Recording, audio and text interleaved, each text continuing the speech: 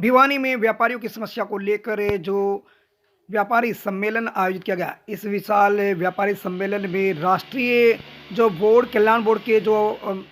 अध्यक्ष हैं वे पहुंचे और सुनील सिंह जी के द्वारा यहां पर जो पत्रकार वार्ता की गई और पत्रकार वार्ता में जो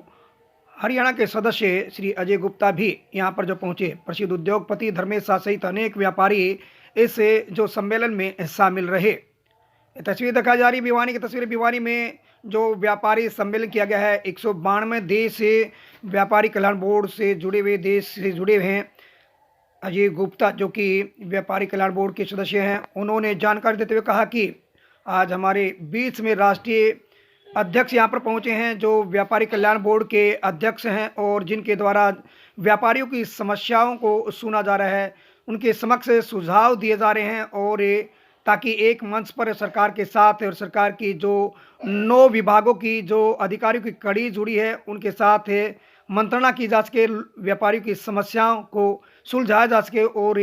व्यापारियों के कल्याण के लिए और नई नीति तैयार की जा सके। उन्होंने कहा कि देश के प्रधानमंत्री नरेंद्र मोदी के समयकाल में व्यापारियों की सुरक्षा के लिए अनेक प्रकार के जो नीति हैं वो तैयार की जा रही हैं। भिवानी से Ashok Bhardwaj, special report ABP news. से सरकार आपके द्वार, भारत सरकार आपके द्वार, इसी क्रम में आज हमारा भिवानी आने का कार्यक्रम बना और आज मुझे इस बात का आनंद है कि हमारे बोर्ड बनने के बाद भारत के 25 राज्यों में इस प्रकार के कार्यक्रम करके व्यापारियों से स्वयं मैं और मेरी जो टीम माननीय सदस्य गुप्ता हमारे सदस्य हैं और आज हमारे साथ कार्यक्रम में चेयरमैन साहब हमारे साथ है, उनके साथ एक अपील कर रहे हैं। व्यवस्था के लिए आपने कहीं ना कहीं जुड़ने का प्रयास किया, लेकिन देश के यशस्वी प्रधान भारत की परिकल्पना के इस प्रकल्प को आगे बढ़ाने के क्रम में व्यापार जगत की बहुत बड़ी भूमिका है मोदी जी के नेतृत्व में। और आज 162 देश भारत की व्यापार शक्ति के साथ जुड़ा है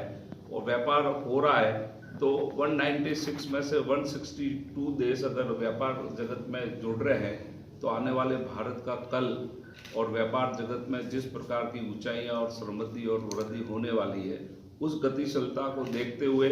आज मैं ये कह सकता हूं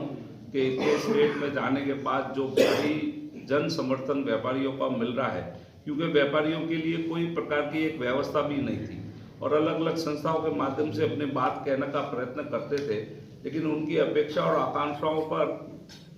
कहीं ना कहीं खरा उतरने के लिए एक बहुत ये मजबूत हमारी सीढ़ी बनी है। और उस बोर्ड के माध्यम से हम लोगों के बीच में जाने से जो अलग अलग उनकी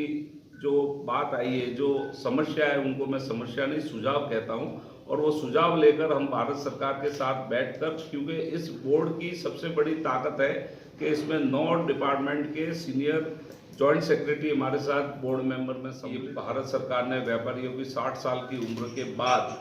3000 रुपया प्रति माह पेंशन देने का भी निर्णय कर दिया है। विगत दिनों में एक लाइसेंस सिस्टम को लेकर पूरे देश में बहुत बड़ी समस्या, कहीं मैं विगत राजस्थान में गया, छत्तीसगढ़ में गया, तमिलनाडु में गया, जहाँ पर लाइसेंस सिस्टम को लेकर व्यापारी बहुत परेशान किया जाता था। अब भारत सरकार ने ऑनलाइन 1 विंडो लाइसेंस सिस्टम भी लागू कर, हम व्यापारियों को कितना आरामदायक से व्यापार करने के लिए व्यवस्था खड़ी कर सके,